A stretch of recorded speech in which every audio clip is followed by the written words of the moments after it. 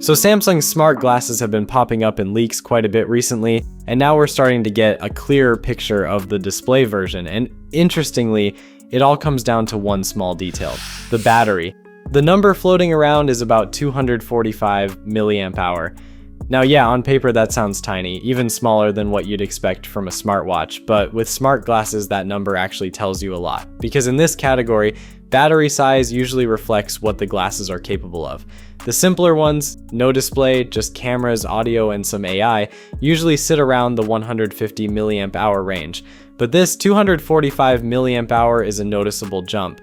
And this is where it starts giving things away, because that number is almost identical to what we've seen on Meta's display smart glasses, which come in at around 248 milliamp hour, and those are built specifically to power a built-in screen. So when Samsung's glasses show up with basically the same battery size, it's hard to ignore what that suggests.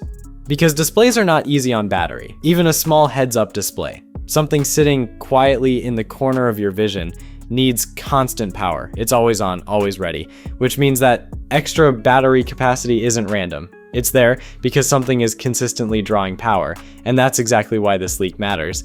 It quietly lines up with the idea that Samsung is working on a version of these glasses that actually includes a display, not just the usual camera and audio setup. We've talked about this before, but multiple reports are pointing in the same direction. Samsung could launch both versions, display and non-display, around the same time instead of spacing them out. And honestly, that makes a lot of sense.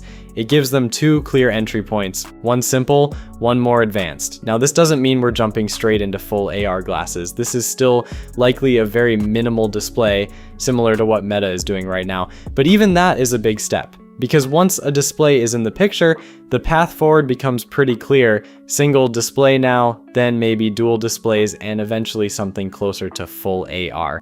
For now though, this is about that first step, and it looks like Samsung is getting ready to take it, and more updates as we get closer. Peace.